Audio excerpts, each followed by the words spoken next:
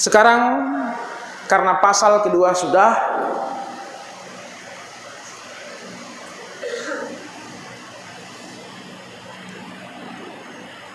saya akan bercerita tentang bagaimana seseorang yang disebut dengan terhijab.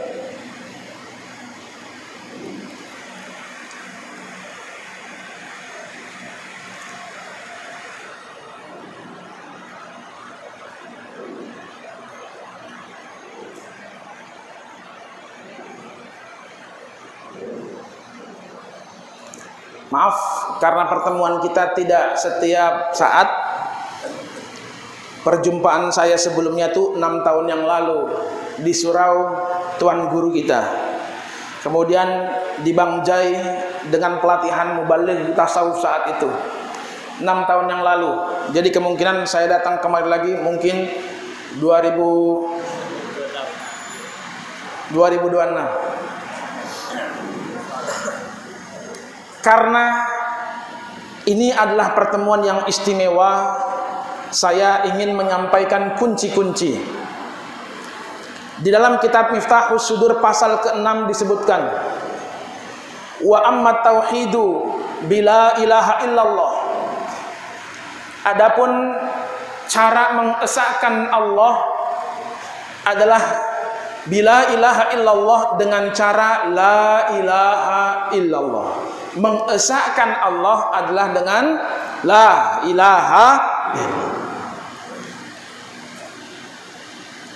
Namanya pasal 6, pasal terakhir ya. Kalau pasal 6 berarti pasal terakhir, berarti pasal pamungkas.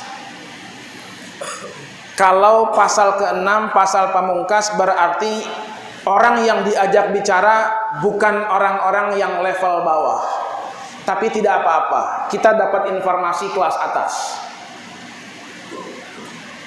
Fa inna man tawajjaha, siapa orang yang tawajjuh wa qalbuhu li ghairillah, namun hatinya tertuju kepada selain Allah, hujiba anillah, maka orang tersebut tertutup dari Allah, terhijab dari Allah. Badannya kelihatan tawajuh, kepalanya nampak tawajuh, tapi saat tawajuh hatinya kepada selain Allah, sesungguhnya orang itu justru terhijab. Na'udzubillah. Wa kullu man dzakara, ini ada di dalam pasal ke-6. Wa kullu man dzakara, dan setiap orang yang berzikir, wa qalbuhu bi ghairi madhkurih, sementara hatinya kepada selain apa yang ia zikirkan. Lisannya la ilaha illallah, tapi hatinya kepada selain Allah. Apa yang terjadi kalau tidak sesuai antara lisan dengan hati? Pangarsa Abah di dalam pasal terakhir mengatakan hujiba bi alfi hijab, maka orang tersebut justru akan tertutup dengan 1000 lapis hijab. Wah, kalau begitu mendingan saya berhenti aja, gitu ya. Kalau begitu mendingan saya berhenti aja, daripada tertutup 10 hijab, 1000 hijab, mendingan saya berhenti. Cemen. Pasti ada solusi.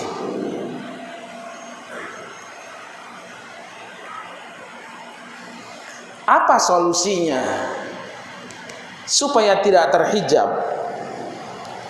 Tidak lain, cara untuk menyelesaikan dari kemelut dan solusi dari ini semua adalah dengan zikir berjamaah. Jadi Bapak Ibu jangan terus-terusan zikir di rumah masing-masing. Solusinya adalah dengan zikir. Enak nggak? Enak. Ya nggak apa-apa 1000 hijab, tapi kalau yang mengangkat hijab itu ada 1000 orang, alhamdulillah. Apa kata Pangarsa Abah dalam pasal kelima? Kita lompat-lompat tapi nggak apa-apa. Wa ila janibil dzikri al-fardi Di samping di sana ada zikir sendiri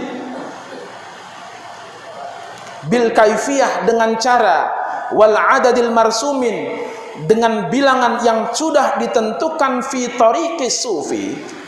Kan sudah ada kan cara zikir, sudah bilangannya sudah ditentukan, sudah. Hunaka zikrul jamaah, meskipun di sana ada zikir sendiri-sendiri, namun di sana ada zikir berjamaah. Ba'dal waktu, sewaktu-waktu. Ya misalnya seminggu sekali, sebulan 4 kali zikir berjamaah. Kecuali di rumah, kalau di rumah bersama anak istri silakan. Yang dimaksudkan dengan zikrul jamaah adalah zikir yang seperti ini, yang ikhwan, akhwat kumpul bersama dalam satu majlis, dalam satu masjid, zikir berjamaah. Apa faidahnya? Wa huwa aqwa ta'thiran fi raf'il hujub 'anil qalbi. Orang yang zikir berjamaah memiliki faidah. Apa faidahnya? Zikir berjamaah lebih kuat pengaruhnya dari zikir sendiri, fi raf'il hujubi, dalam rangka melepaskan hijab yang ada. Enak?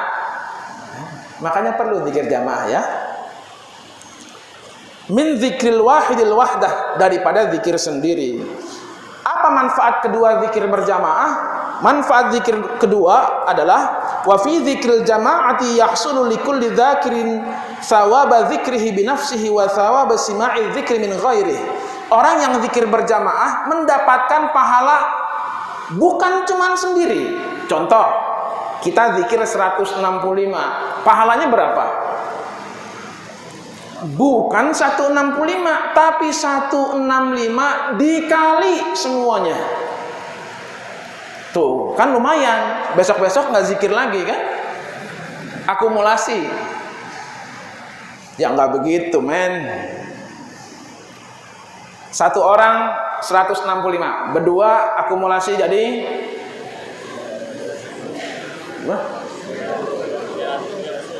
300. Begitulah saya. Kalau hitung-hitungan saya nggak ahli.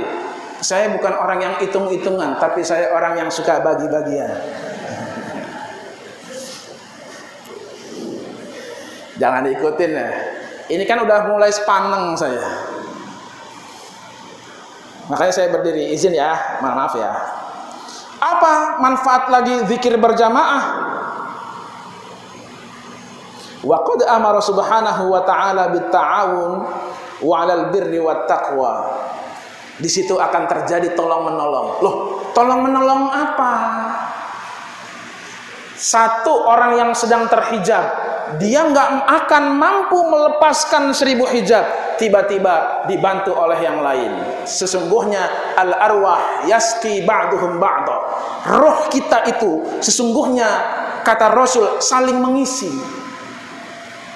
Bapak malas zikir di rumah, begitu ketemu dengan tuan guru fresh lagi, betul? Merasa tercas lagi, betul? Itu saling tolong menolongnya seperti itu, bukan secara fisik tetapi secara ruh. Saudara sekalian yang senantiasa dirahmati oleh Allah, inilah yang saya sampaikan kepada tuan guru tentang hasil temuan saya di dalam kitab Jami Al-Usul fil Aulia.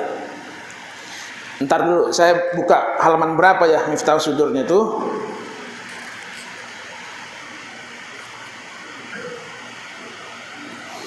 Iya, halaman 138 kalau tidak salah. Ya, jadi sudah dapat bukunya. Wa amma tauhidu bila ilaha illallah. Betul? Ini rujukannya kemana nih? Jami al-Usul fil Aulia. Diambil dari kitab oleh Pangarsa Abah dari Jami al-Usul fil Aulia. Sayang bukunya saya nggak bawa, tapi beliau insya Allah punya. Kemudian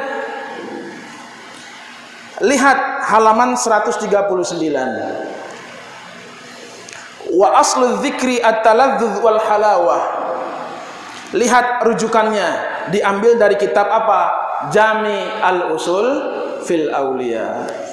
Faqrah bawahnya, wa qala an-nabi, bawahnya lagi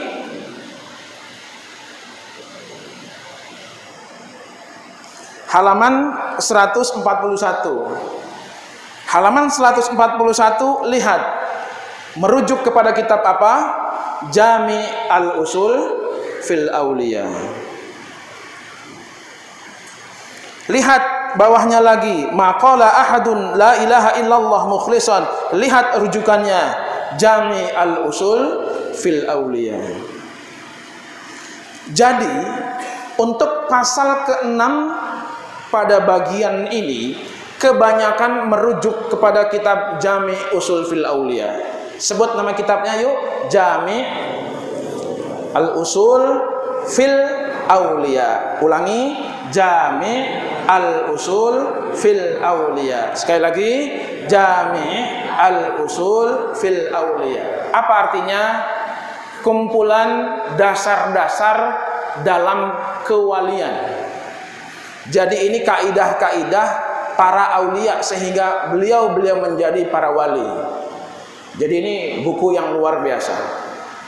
Buku ini diterbitkan sesuai dengan jalur tarekat Naqsyabandiyah. Ya, kalau tidak salah seperti itu. Jadi kita lihat. Wa amma tauhidu bila ilaha illallah. Adapun tauhid dengan la ilaha illallah pada akhirnya kembali kepada Jami Usul fil Auliya. Wa aslu dzikri at-taladzuz, rujukan terakhirnya Jami al-Usul fil Auliya. Wa qala Nabi sallallahu alaihi wasallam, ini hadis Nabi. Kemudian masuk pada poin kelima, thumma la yuharriku lisanahu bidzikri wa yabqa al-fikru, ujung-ujungnya Jami al-Usul fil Auliya. Maksud saya apa? Ternyata dari 5 hal Pangersa Abah mengambil satu fakrah dari Jami Usul fil Auliya. Kalau dilihat kitabnya, ternyata yang merah ini tidak tercantum dalam Miftahus Sudur. Yang hitam tercantum? Tercantum. Yang merah ada? Tidak ada. Sementara yang berikutnya, wa aslu dzikri ada? Ada. Kemudian la yuharriku lisanahu bidzikr ada? Ada. Jadi apa maksudnya? Yang pertama, dalam kitab Jami Usul fil Auliya yang tadi disebutkan, siapa orang yang zikirnya tidak tulus, dia akan terhijab 1000 kali. Bahaya nggak yang seperti ini? Bahaya. Perlu solusi? Perlu solusi. Kemudian di dalam Miftahus Sudur disebutkan langsung tentang pengalaman orang-orang yang saat berzikir, yang nangis, yang khusyuk, yang domo, ihtiraq, waghtiraq, dan yang lain-lain itu disampaikan. Kemudian ada sebuah ayat yang mengatakan tsumma dzarhum fi khawdihim yal'abun. Yang enggak percaya, dzarhum, tinggalkan mereka bermain-main dalam tarikatnya. Yang terakhir, tawajuh riyadhah adalah ketercapaian yang luar biasa. Jadi Bapak Ibu sekalian, yang ada di dalam kitab Miftahus Sudur, poin pertama ada, poin ketiga ada, poin keempat ada, poin kelima ada. Penasaran nggak dengan poin yang kedua? Poin apa yang satu ini yang tidak dituliskan?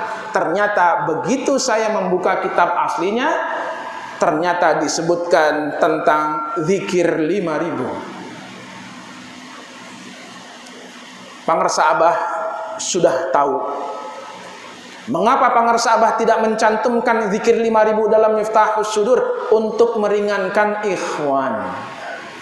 Apakah beliau tahu tentang zikir 5000 dalam Jami Usul fil Auliya? Tahu. Tetapi kenapa beliau tidak mencantumkan? Untuk meringankan. Maka dari itu saudara sekalian yang senantiasa dirahmati oleh Allah, apa kaidah yang ada di dalam Jami' Usul yang tidak disebutkan? Saya baca. Fa idza tahharta dhahiraka minal andasi wal adnas. Nanti terjemahannya ada ya. Wa batinak minal waswas wal dhunun wal awham. Fakul khamsata alafi marrah la ilaha illallah. Apabila engkau zahirmu telah engkau bersihkan dari najis dan kotoran, begitu pula batinmu terbebas dari waswas dan bermacam prasangka dan ilusi, fakul khamsata alafi marrah la ilaha illallah, maka ucapkanlah la ilaha illallah. Wa aqalluhu 12 inda Syadziliyah, dan sedikitnya menurut tarekat Syadziliyah itu adalah 12.000 sekali duduk. 12.000 sekali duduk. Wa iyyaka ayyakuna dzikra adadin, tapi zikirnya jangan sampai zikir angka saja, ngejar target 5.000. Bal hudurun wa makna, tapi zikirnya dengan hadir hati dan makna. Saya lihat sudah banyak yang senyum-senyum. 5.000. Kan tadi saya bilang tergantung kuota, itu tergantung paket yang kita beli, betul nggak? Pengen marifat, zikirnya cuma 3, ya. Pengen mahabbah, zikirnya cuma 3, ya. Apa itu yang diajarkan pengarsa Abah? Zikir yang santai-santai aja, begitu? Saudara sekalian yang senantiasa dirahmati oleh Allah Subhanahu wa taala, maka kami, kalau saya tidak menyampaikan sesuatu yang luar biasa, buat apa saya datang jauh-jauh dari Jakarta? Betul? Saya harus kasih sesuatu yang luar biasa. Alhamdulillah. Berat nggak kira-kira zikir 5.000? Emang udah pernah? Hebat ya orang Pontianak, ajib, Allah ajib. Berat nggak? Berat. Ada mah orang kalau udah ngangkat barbel 150 kilo, berat. Kenapa? Udah pernah Pak jadi kuli panggul. Sodakta, saya percaya sama kamu. Ini belum pernah zikir 5.000, belum apa-apa, udah bilang berat. Katanya pengen ma'rifat. Kalau saudara ngomong jauh-jauh tentang langit, alam ini, alam lahut, dan lain-lain, 5.000? Ya, jangan ngomong. Kalau zikirnya belum tembus 5.000, 100.000 dalam waktu 3 hari, jangan ngomong tentang langit, kecuali langit-langit. Lak-lak. Jangan ngomong tentang ma'rifat, jangan ngomong tentang hakikat, jangan ngomong tentang alam lahut, tentang alam-alam. Jangan ngomong kalau Anda zikirnya 5.000 pun belum berani. Kecuali orang yang khos.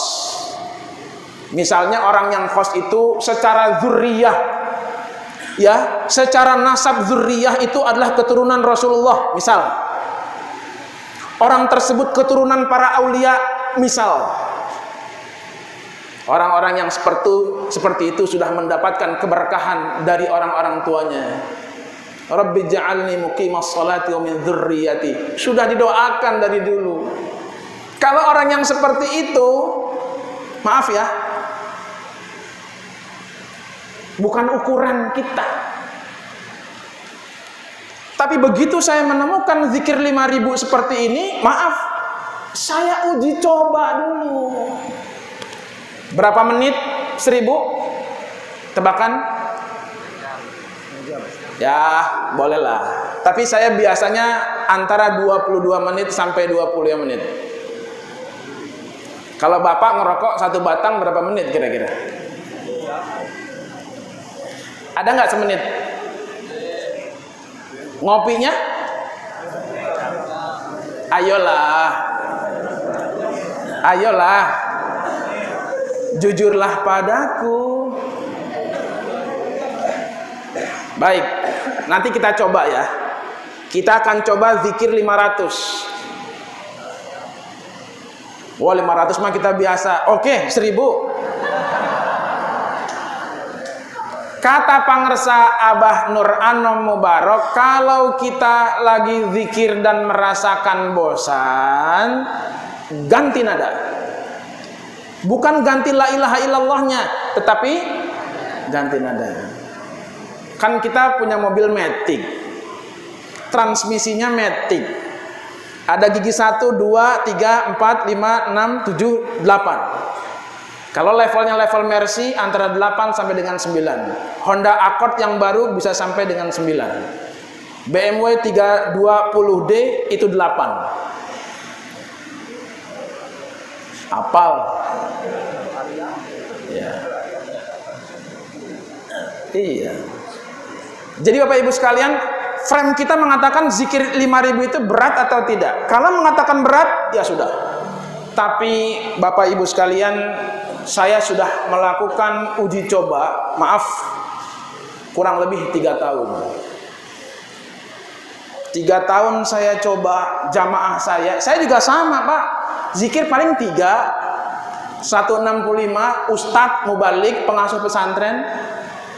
Sama Bapak. Tapi saya ingin, gimana ya caranya supaya saya bisa zikir lebih banyak? Coba Ibu, kalau anaknya susah makan, kira-kira caranya macam-macam nggak? Yang penting makan. Anak nggak mau makan, kita main-main pesawat,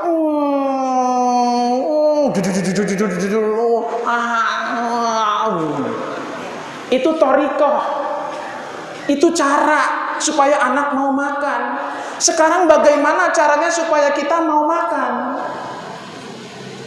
Menunya itu aja, bosan kan? Nadanya itu aja. Maka tidak ada yang salah dalam pengamalan kita. Hanya ingin sekali kita tambah daya. Ini listrik masjid ada berapa? Bisa 10.000 kan? Boleh nggak tambah daya? Boleh. Saudara sekalian yang senantiasa dirahmati oleh Allah, sekarang saya akan duduk dan kita akan zikir bersama. Ada yang punya tasbih? Oh, itu tasbih. Oh, boleh. Oh iya, yang mana aja? Siapa yang cepat? Bang, ini aja bang. Ini koka ya Pak? Berapa? Enggak, tenang aja, saya biasa umroh soalnya. Baik, Bapak Ibu sekalian, kita akan coba. Kalau kita nanti terasa kuat, kita akan zikir 500. Tapi maaf, kalau nanti kita merasa lebih klop, nikmat, saya akan teruskan sampai dengan 1000. Siap ya?